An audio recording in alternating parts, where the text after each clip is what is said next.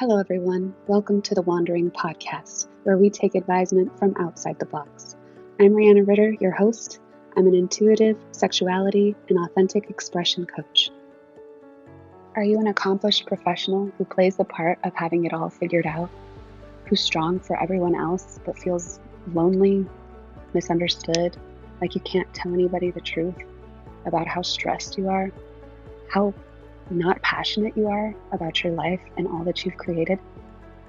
I guide my clients to deep, lasting fulfillment. I re-engage them with their bodies, their pleasure, their desire. I help them align to enjoy fulfillment and prosperity in all areas of their lives. Hello, everybody. My guests today are Matt and Brooke. They're partners in life, business, and love. They've co-founded a community and movement called the Rise to Thrive Tribe. Rise to Thrive is founded on the pillars of vitality, connection, and play. With Matt's background in coaching and Brooke's expertise in nutrition, they have joined forces and guide holistic lifestyle transformations with a focus on cellular detox, organic superfood nutrition, and gut repair. They are on a mission to empower as many humans as possible to reclaim their health in a holistic way and to help people remember the joy of being human through connecting in community and fortifying the mind, body, and spirit. Welcome, you guys. Thank you for being here. Thank you for having us. We planned that. Tell us where you are. We're currently in Puerto Escondido, Mexico, ever since a couple days before the New Year's. Amazing. We just arrived, yeah. Are you work or playing? I mean, we're fusing the two together. So this is just kind of our lives, really. We've been living nomadically, together for a little bit over a year now. So yeah, we're kind of on this eternal vacation, but really, finding the balance between the work and the play. Yeah. And how did you two meet? Well, how far you want us to go back? Well, to when we met. Right? Yeah. You want to speak to that, Matt? I know it's always an interesting one because it's like, well, there's also the pre-story leading up to what led us to the place where we met. Well, we kind of want that one too. We want that one too. Okay, cool. Yeah. Well, Brooke and I met just over a year ago. We're celebrating just over a year of being together. But we met in Sedona, Arizona. I'm originally from Toronto, Canada. Brooke's from California. And I was on a bit of a solo road trip actually in 2022 on this pursuit, a bit of a vision quest on this pursuit to reconnect with all things feminine in the world and in my life. I was healing from some heartbreak. I was looking to reconnect with nature after a long winter in Toronto. And just stepping into the unknown in a new way and looking to up level myself and my trust in the unknown. So I was driving through the States. I didn't really know exactly where I was going. I had a general direction of aiming towards Sedona because I knew there was some great community, mutual community that was kind of centered out of there. So I was like, okay, I guess I'll point my vehicle in that direction and we'll see what happens between here and there. And it was a magical journey. And I got to explore, spend a lot of time by myself and doing a lot of healing work and a lot of up leveling personally and in business. And then eventually ended up at Sedona at the tail end of my travels at this beautiful, conscious gathering out in the desert where, a small community of about 30 to 40 people were gathering, and it was the third or fourth annual. I think technically fourth. Yeah. Is it Soul Rising? Soul Rising. Yeah, okay. You know about it? Well, that's how we got connected. Oh, beautiful. Through the Fit for Service community. Oh, sweet. Yeah. So Fit for Service, this became an offshoot of that. And I got invited as one of the only Canadians in a community of mostly Americans. And it was such a magical experience. What a blessing to connect with such grounded, talented, magical people and so much love and so much intentionality in the way they live. And we got to do some men's work, some women's work, and a bunch of collaborative work and eat in community. And Brooke was actually the second person I met in arriving there. Her and her friend Josh stumbled upon my campsite while I was setting up my tent. And super stoked. I was just like, yes, I'm finally home, because that was my third time being at Soul Rising. And yeah, 2021 was the first time we actually met. He said 2022. It was actually 2023. But I know, because we're in 2025. But yeah, I just felt so alive, like coming back to that gathering of amazing human beings, the land, just the community, living off grid, living with the rhythm of nature, and it just feeling like a big playground, like I was in my highest joy. So both of us meeting at that time was just really magical for us, because we were just in full on play mode and excitement and connection, and had no worries outside of what was right in front of us. And so yeah, we really just fell in love kind of immediately. I cast some spells on his morning cacao that I would make for him, and got him to fall deeply in love with me. No, I think it was a mutual agreement. Definitely. It was very, very organic unfolding of our connection, and it just felt so good. And we both created so much expansion in each other and brought like our inner children out every time we would connect. And when Brooke wasn't around, it was like, God, I wish Brooke was here. It would be way more fun. And ever since that camp gathering and creating the foundations of our connection, we just decided to continue our journey together. So eternally camping and on the convoy, and beyond. And then very quickly I invited her into my family Christmas, and she got to meet all the extended family and go into a deep portal of transformation on that side of things. Oh yeah, it was a full-on initiation in many ways. Yeah. And then living in a minivan together and traveling all over through the States and then Canada for the last half of a year. And then we just traveled. We flew to Mexico. So we've had many chapters in a very short amount of time. Yeah. In this, dimension. Wow, that's super cool. So a lot of people would find it extremely difficult to surrender to just trusting in that connection and that play and that magic that you guys experienced, because you went for it, right? A lot of people would logic their way out of it and be like, we haven't known each other long enough, and there are all these rules to relationship, and we can't go into business together right away. So kind of tell us a little bit about how, I'd like to know how each of you started your own path of what you do, coaching and nutrition, and then how that kind of blended and all the challenges of the way life wants to tell you how you have to do things because you're not doing it that way. Sure. Yeah.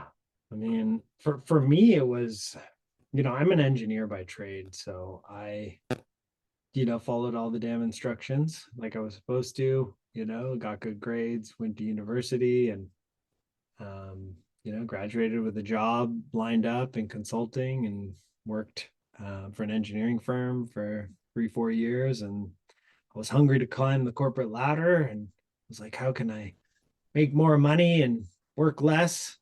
So I got a job at the government following that, youngest person in my department at 28. And I was on a track to basically retire at like 52, with a full pension and all sorts of goodies. I had, a really great setup there as a project manager. And yet I wasn't fulfilled. I was kind of stressed. I wasn't really feeling like I was making an impact. It was super political in so many ways. And at the time, my relationship was super stressful. I was fighting with my partner at the time. This is in 2017. And just like overall unhappy, and just chasing escape in the mountains and nature. And we were driving down, my partner and I, to New York to climb the Adirondacks every long weekend. It's about a 6-hour drive from Toronto. So just looking to escape and recharge. Like, it was kind of necessary to then go back to all the inauthentic ways I was living. And then, on top of all of that, I it was Christmas of 2017. I found out my father was diagnosed with stage 4 pancreatic cancer. And he was given a prognosis of 6 months to live. And that really put things into perspective in so many ways for me. And just how precious life is, how short it is. And, like I had to make some difficult decisions. Am I going to continue to work while I'm trying to be there for him, my sister, my mother? And, it was like I tried that at first, and then I was too split, and I wasn't fully there for any of it, wasn't fully present, and just decided, hey, I'm going to take a leave of absence from work. I'm going to move back in with my father, and my sister made the same choice. And we're going to just focus on his healthcare and making that time as beautiful as possible for him and for our family. So that's what we did. And in that mix, I found personal development. Thank God. That really helped me process my emotions and get into my feelings, get into my body, and start to face some of the stuff I was feeling with this going on. And that was such a blessing, because very quickly I was able to find an empowered place with what was happening, and being able to, I guess, create freedom.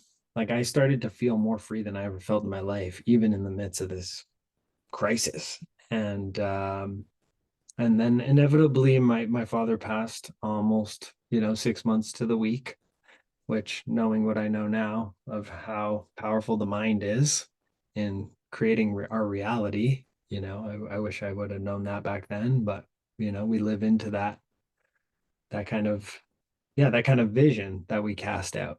So I obviously miss him, but I wouldn't change anything for the world, because that set me on the path of telling the truth to myself, and getting into a life that was more aligned for me, and feeling like I'm of contribution, like I'm actually giving and making an impact. It gave me the power to actually communicate and make connections with people and community and all of that good stuff. So fast forward through a bunch of trials and errors on the entrepreneurial path, from working in life insurance and financial planning, and doing high net worth investments and that kind of thing, and then getting into e-commerce, and eventually I found coaching and teaching. And I really found that I love to get to the source of what lights people on fire in their life, and what their unique abilities are, and their talents, and having them see that they're way more than they think they are. And then to be able to fan that flame and give them the structure and accountability to actually act on it and bring it more to life was something I had a talent for. So then eventually got into leading men's work for the last 3 years, and then fast forward to Sedona, meeting Brooke, and then hearing all about her nutritional expertise and how passionate she was and is about this mission that she's going to touch on with her story. I was like, let's, we obviously want to partner in life. Let's partner in business too, and start to, complement our skill sets and see what we can create. Yeah. And then my journey began, 2017, or no, way before that. So I studied nutrition, like that's my background is in nutrition. I have my Bachelor of Science degree. I took my first nutrition class in high school. I was just always really into wellness and movement and dance and all the things. And I come from like a pretty small town in the Sierra Nevada foothills in Northern California. It's a little bit more health conscious, I would say. So maybe there's some influence there. I'm from Lake Tahoe. Is it? Oh, okay. It's got to be right by there, right? Grass Valley. Oh, okay. Yeah. So right between Sacramento and Lake Tahoe. Amazing. Well, yeah, we're neighbors.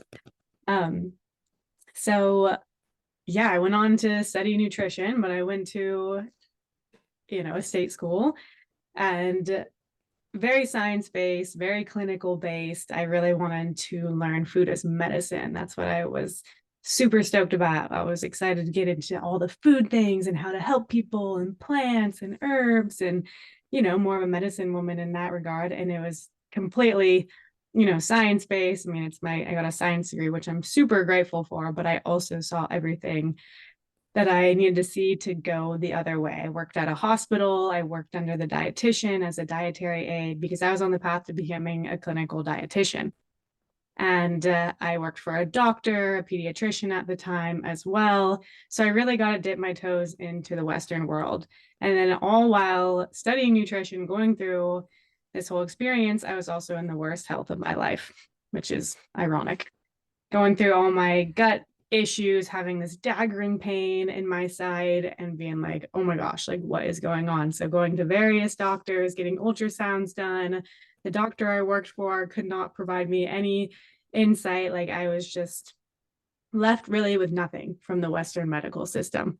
And so I lost faith in that system and already kind of knew this wasn't it. Like I decided not to go on to do my dietetic internship. I decided not to do a master's, and I ended up actually going to India, doing my yoga teacher training, learning more about Ayurveda, and just kind of embarked on this whole quest and journey to really understand what true health felt like in my own body. And so I really embarked on my own healing journey and have been, studying more regenerative health, food as medicine ever since. Woke up to the power of hydration, woke up to the power of superfood nutrition, and then really started to understand the connection between our soil health and our gut health.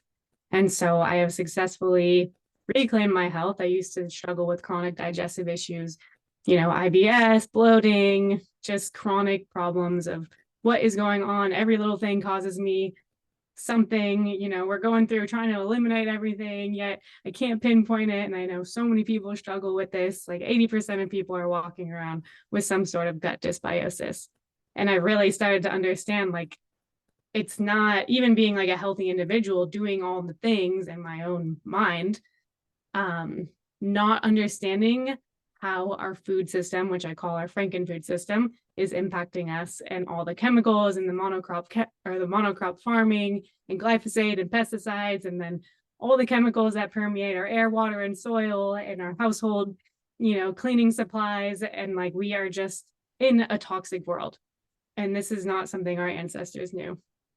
And so, yeah, now I'm really deeply passionate about educating people, empowering people, providing them with the resources, and then really, just helping them to reclaim their health. And like mindset being such a big thing, the energetics, the emotional component.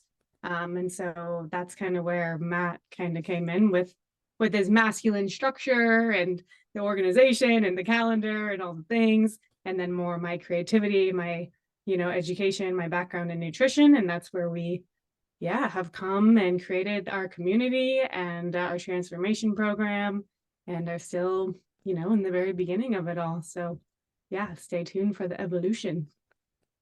Yeah, those are two, very powerful skill sets, like the knowledge of understanding the diet and the body, like so foundational to be able to carry a mindset that can propel you forward and create what you really want to. And to, you have to come up against all the resistance of what we've been trained to believe is the right way to live, the way that society, with our college degrees and our science and our logic and how we value that over everything else. And then we had to just, I think all of us had to unlearn all of that and return to like being in touch with our ancestors, being in touch with plant guidance and all the things that people say are crazy. Right. And then to all the money and effort and time we spent in getting those degrees. And I don't know if people realize, like, when you go down this path to unlearn all of that, but then still incorporate it into it's wild. So how do you guys work together? What does it look like when you're working with clients? And just more about that. So it's been about a year since we founded this community. We arrived in Austin almost around this time a year ago. So that's when we started to create Rise to Thrive, and the pillars being vitality, connection, and play, which were three big pillars that Brooke and I connected on. We really were trying to distill what makes a thriving lifestyle. And, starting with vitality being the first pillar, we need to be vital. We need to have energy if we want to be able to create and give to the world our unique gifts. So we start with that. And then the connection being, deep connections with community, connections with, the people we care about in our lives, and connections with God, spirit, higher power, and connection with self. And then the play piece, like we mentioned in our story, was such a big part of what had us be so present and do so much healing in such a short amount of time in community. Was like, when you connect with that childlike essence within you, that's, never goes away, but just is covered up and masked with these layers of, hardening and protection and survival mechanisms and all of that stuff, that makes us human. But yeah, we decided to create this movement and this brand, and then we created our program, our 90-day Rise to Thrive transformation, which is really built on the foundation of these very powerful healing protocols and superfoods that we use for everybody to go through the 90-day journey. And then we cover a variety of different other pillars along the way, but that's what kind of creates the bedrock for healing and transformation, to get everybody's health in check and start to heal the gut. And from there, so much is possible. Yeah, absolutely. Do you want to add anything, Brooke? Because I don't want to cut you off. I mean, yeah, the nutritional piece is so big. I mean, for me, it was such an entry point. I know for so many people, everyone eats food, it's like it's applicable to every human that has a mouth and a belly. So, and we're all pretty much depleted, we're overfed, undernourished. So many people are confused about nutrition. It is a very confusing industry when one person says this is the way and somebody else says that's the complete wrong thing to do. And so oftentimes it can leave people being complacent and not taking any action for themselves. So we're really like big advocates of, our philosophy is more like eat real food and educating about what that means. Cutting out processed food, understanding where our food is coming from. Like the education part is so big in that, but really, like, I don't care if you're vegan, I don't care if you're carnivore, like do whatever you want, but just do your best to choose more consciously, to buy from farmers markets when you can, to buy regeneratively, organic, start asking questions, buy things that aren't in packages, like learn how to read labels, things like that. And then it's really like subtraction by addition. So adding in these really high vibrational, high bioavailable, nutrient dense foods, and then witnessing the changes take place. So for people that don't want to 180 change their lives and go from eating out every single meal of the day to cooking for themselves and their family, like that's just way too much for one person to make those changes right away. So we love to meet people exactly where they're at and just start to be like, hey, let's put this in your body. Let's just meet you where you're at and witness those cravings, those addictions, those behaviors just fade away. And most people within days, weeks are just like, oh my gosh, I have so much more energy. I don't know if it's in my head, but like my bloating is totally gone. Like I'm able to poop and I've been constipated for years or whatever it may be. Like there are just incredible stories, and that's what I live for that. I'm just like, yes, like I love to celebrate that because I love it. I'm like, we should be celebrating our amazing bowel movements, like, yes. Yeah. So talking about that and not making that taboo, but yeah, really addressing the key, like the core issues at hand, and one of them really being the glyphosate issue. So that's what's found in Roundup weed killer, and that's sprayed all over our soil globally. And that's completely wreaking havoc on our gut microbiome, causing leaky gut, causing inflammation, autoimmune disease, and then just, amplifying the chronic health epidemic. So detoxing glyphosate is a big part of our protocol, and then repairing the lining of the gut, reducing our biomarker for inflammation, and then really nourishing the body, providing everything that it needs to self-regulate and self-heal. And then once we start feeling good, we can start to wake up, become more aware, purify the body to purify the mind, and then start tapping into some other healing modalities, movement, meditation, breath work. People are just now like more open to these alternative woo-woo, modalities. And I'm like, wait, but if I can feel this good, and then there's this, and then there's that. It's really, I think, just such a beautiful entry point for people to enter into this world, like being the bridge into this kind of alternative way, which is really our most ancient way of being, So I think that, everyone eats and we just kind of bring them in, and then all of a sudden they're just blasted open into all the possibilities of human optimization through amazing people, community, healers, things like that. I don't even know if I answered that question at all, but there's my tangent. You did. Okay. You did. Yeah. It's well, it's funny because what you're teaching is really simple. Like, it's going back to basics. It's really intuitive, and people are spending all this money on all these fad diets and things like that. And so they're like, oh, I'm going to pay a coach several $1,000s to teach me how to do stuff that just is obvious. Like, I don't want to do that. But it's, you make that investment and then you have that knowledge forever. And then you're not going to the doctor all the time. You're not taking pharmaceuticals. You don't need a bunch of, you're not chasing all these products, and you end up, you're spending a lot less money if you learn how to actually, it's more of just like I said, the unlearning of all that nonsense that we've been fed and has been caked over our own intuition. And you said within days, like, people, when we change our diet and we get back to really good food, real food that isn't sprayed with tons of chemicals, that's whole, that doesn't have the fat taken out and sugar added to it and things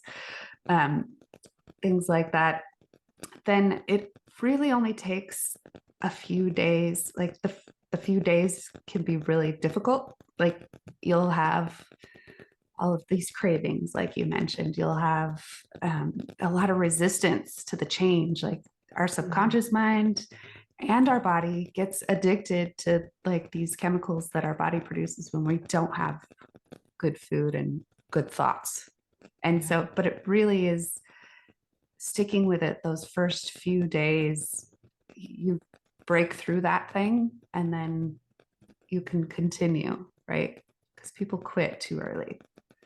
Yeah, exactly. I'm like, how long did it take you to have this chronic disease in your body? And now you're going to expect weeks or even months to heal. You got to be fully committed. And that's why we really recommend 90 days to see some positive shifts and to really create those lifestyle habits, but yeah, people are people are funny. And that's what we're up against, is them being up against themselves and their resistance and their excuses and their familiarity to what's comfortable, or like being addicted to what's comfortable, and what's familiar to them. And it's hard to break out of that. And we tend to, as people, we're social creatures, and we have our community that we've been in forever, whether we've got healthy attachment with those people or not, and whether, whatever mindset those people are in. Like, we talk about making changes with the people that have been in our lives forever, and those people have a lot of resistance to it. They'll make comments about how silly it is and that it's crazy and that's woo-woo and stuff like that. And so you got to be more committed to yourself than to your own health. Like, I think the shift that happened for me was after going through a lot of personal development and self-help books and following spiritual teachers and getting reconnected with spirituality, because I had become an atheist to try to heal my religious trauma. So I went deep into academia. The other end of the spectrum. Yeah. And it's just not who I am. So I started reconnecting with that, and in meditation, like communicating with people on the other side who weren't ready to cross over. And I'm like, oh my God, I remember this from when I was really little, and my family told me that was super dangerous and that I was in danger and I needed to get Satan out of my head, wild stuff. But when I started reconnecting with the real parts of myself and real intuition and healing those wounds, and kind of, Matt, you mentioned the hardening and the armoring that we do. I started trying to peel that stuff off, but I realized at some point, it was Robert Ohodo that kind of called me out on some behavior that he's like, it was a relationships thing, and I wasn't really working on my relationship. I was married, but he said, and all you women out there watching Netflix and drinking your wine to get to happiness, I'm talking to you. And I was like, oh my God, like I'm halfway through my life. And is this what I'm going to keep doing? And I realized right there, like, I have been called to end this relationship since we got married. Like, things changed significantly when we got married, and they weren't good.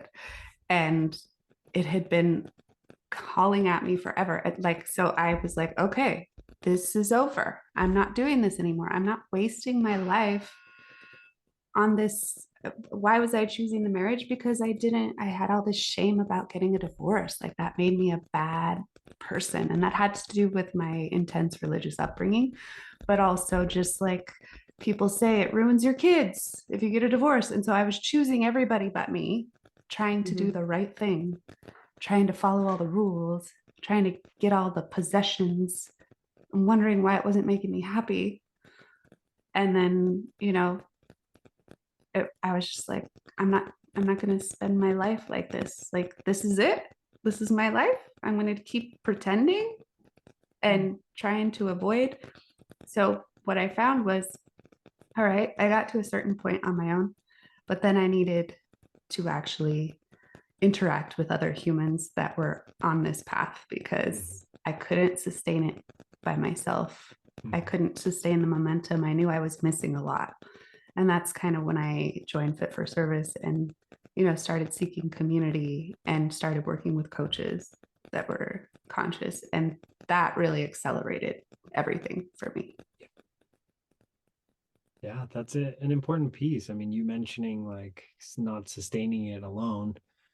So many people do sustain it to a point alone, because it's like a very small echo chamber, of your same stuff. But the moment you step out into community and you start to get all of these divine mirrors of other people, and a relationship, romantic relationship or a partnership is even like a next level mirror of amplification of your stuff. And you start to, see it as an empowering way to work on yourself and start to transform these things that are holding you back from being your fullest expression. It's a really powerful place to be, and healing in community. What a beautiful thing to experience, people that can hold you, and emotionally and physically at times, and encourage you, and be the strength and the beacon of light when things seem dark. And and then you have this cycle where you get to then share your medicine and the triumphs you've had in your life, and that contributes to somebody else's healing and up leveling. Like, it's just this gift that keeps on giving and cycling. Yeah, we don't need to be doing this alone. I mean, that's why these greater powers may be trying to isolate us, right? Or cancer only occurs in isolation. And that's why coming together and having these conversations and planting seeds and being like, hey, there is community that exists. And then there's more joy through that. The play happens in community. I mean, we're in Mexico right now. I mean, me and Matt have been traveling mostly solo together, but we're here with living in a house for a month with a couple of our friends, like Soul Family. Another brother of ours just came through, and like how much that ignites the play in each and every one of us, and how much laughter and just playing games and cooking food together and just being together, like that invites us into the deep present moment. Yeah. You know, and I've been like yearning for that, because I know that that's when I am my most authentic, vibrant self. And like being in relationship, it's been, you know, we've been through quite the journey together. And there's almost this like, because we met when we were in such a high vibrational state, now I'm like, I've gone through some lows, like both of us have gone through the valleys, right? It's like what comes up, goes up, must come down. And there's a bit of me being like, well, I don't want him to see me like this, like he knows me in this other way. Is like, am I still going to be loved when I'm, you know, in these shadow parts and kind of hitting those lows? But that's just part of our humanity, and knowing that we met each other in this high state, it's like we know what our human potential is together. And then learning what components are important to revive us and to become more of that person. And it's not meant to be all the time. We can't just be high all the time. We have to know the lows to know the highs, you know. And to, yeah, it's a journey of remembering. It's like you fall off the horse and you get back on the horse, you know. But it's really the community, like when we share together what we really want, what we really value, what makes us alive. Community is always the foundation of that. Yeah, it's really exciting to start to really meet yourself and to become who you really are, and to actually say what you really want. And you need to do that in front of people, with people. I was like terrified when I started Fit for Service. I was just like so armored and closed. And that first day we had to do ecstatic dance, had to. And I was like, no. And I was walking the land by myself, like, how am I going to get myself to do this? How am I going to get myself to do this? And you know, it's all it is dancing sober. But I had not ever done that as an adult. And so, you know, the way I did it was, the people there were like safe, kind people. Like conscious community knows how to set up a container that can handle holding people who have all kinds of different wounds, emotional wounds. And it's really beautiful to experience people accepting you exactly the way you are. Like I didn't have people coming over to me and being like, are you okay? Are you okay? They just let me do my thing. They just let me go through my process, and they were just there. And if I wanted to go up and talk to somebody, there was always somebody that, you know, would be open and kind and willing to talk. And then if I needed to be left alone, they let me, you know, we treat each other like adults, like we're empowered, conscious beings. And that's, you know, being held in that way, and having people like actually interested in hearing the story and being there no matter how crunchy things get. And to be willing to like be triggered and stay, and not be like, screw you, you know. And everybody can be triggered, and we can be like, yeah, we're gonna sit with it. We're still gonna So if you want to speak to any of that. Yeah, I mean, I love what you said about the triggered and sticking with it, because that's a big one. That was a big lesson on my personal development journey early on, and has served me so much, because life is always going to be triggering, you know, whether it's a stranger when you're at the store, or somebody in traffic, or your partner, or, you know, like living in community brings up all sorts of things, you know.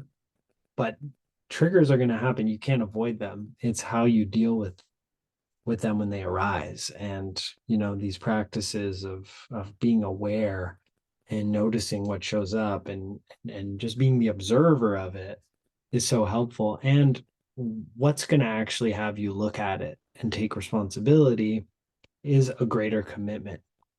And that type of anchor for me has been so supportive. It's like you need to be committed to something greater than your trigger, your little victim-y, things, because otherwise, why would you do the work, But if you're up to something big that you're committed to, that's important to you, that you hold dear and close to your heart, that's going to be almost your accountability check of like, okay, well, don't sabotage that thing, don't shoot yourself in the foot.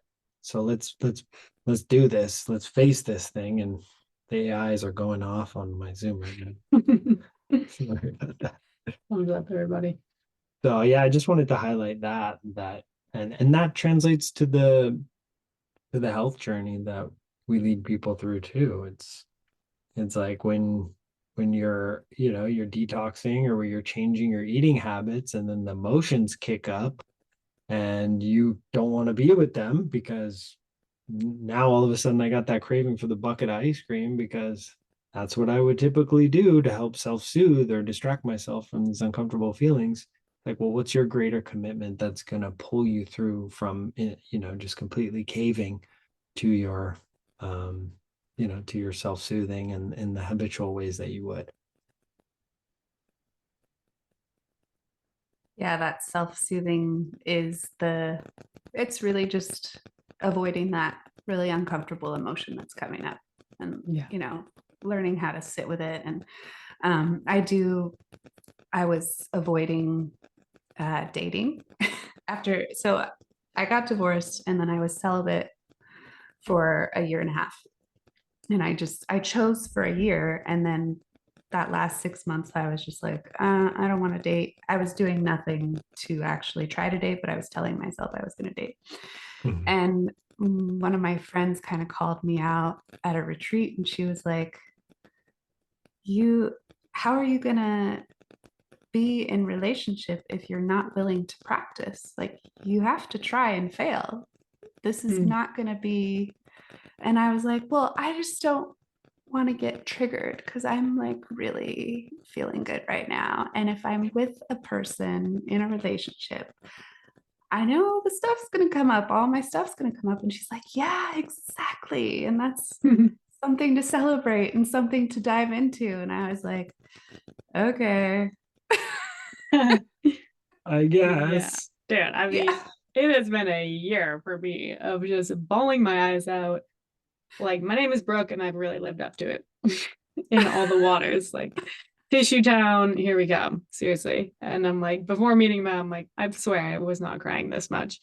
But it's so cathartic. It's so beautiful. It's like he's bringing stuff up. Like, I feel safe enough to let my emotions be seen, to cry, to just like, be a puddle, and to know that he's going to be there for me. And it's been really beautiful. And like, I love crying. Like, it feels so good. I feel amazing afterwards. I'm like, okay, let's go. Like, these emotions need to be released. And who knows if any of that would have been released if I didn't have Matt, if he's bringing that out of me and being a mirror for me. And that's where the healing happens, creating more space in the body, because we store so much of our trauma in our tissues and our bodies and our cells. Our cells have memory.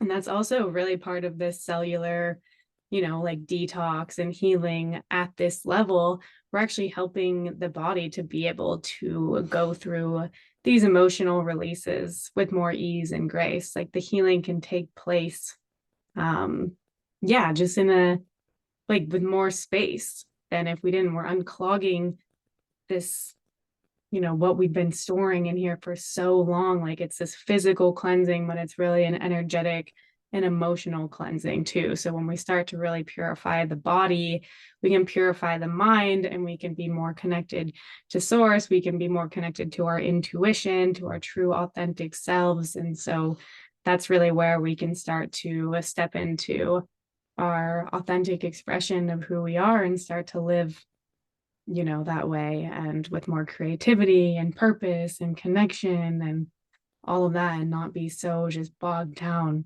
by our state of suffering that is optional.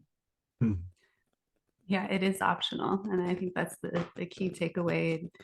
A lot of people will say, like, I guess there's stigma around mental health. I think we're kind of breaking through that. We're seeing less and less of it. People are understanding, they need to maybe go to therapy, and there are all these other options, modalities.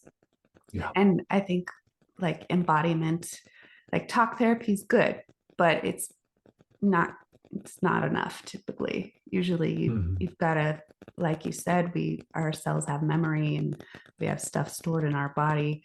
We have to move it out. We have to shake that energy out. There's so many times when we go through like micro stressors and we don't complete the stress response cycle because we aren't running from a light. Like we're not running. We're sitting indoors at computers or on phones. We're not shaking like animals shake after they have something. If somebody cuts you off in traffic, you feel that heat, that rush of adrenaline through your body, and then you just sit there and you don't release it. Yeah. And then that stuff piles up and piles up and piles up. And so, it's kind of obvious that we need to do what animals do, and we need to shake that stuff out.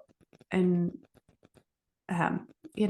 in partnership, like in dating, it's so funny the way that I found myself interacting with a potential partner. Like I was floored by the way that I called in behavior from my partner that I blamed him for. It was just like wild to watch that whole thing unfold and to be like, oh, I don't get to put this all on you. Like, so that's kind of that might be a new concept for some people listening. It's like, wait, what? Like, it's so powerful that you have the ability to see that and reclaim your power in that way. And it's easy to point fingers, but to actually be like, well, what is this teaching me about me? And what is my contribution to this interaction the way it is that's having it go this way? And when we do that, we have the ability to make a change, right? If the power's over there, I can't do anything about it. So that's really beautiful that you've been able to do that in your partnership. And it's powerful medicine. Yeah, and life is going to keep giving us the same tests over and over and over until we decide to pass them. So if there's a pattern, or you're calling in somebody and they have the same quality and you're like, why? I keep attracting these kind of people, blah, blah, blah. And it's like, okay, well, what is that? Why are you? Denominator here? It's you.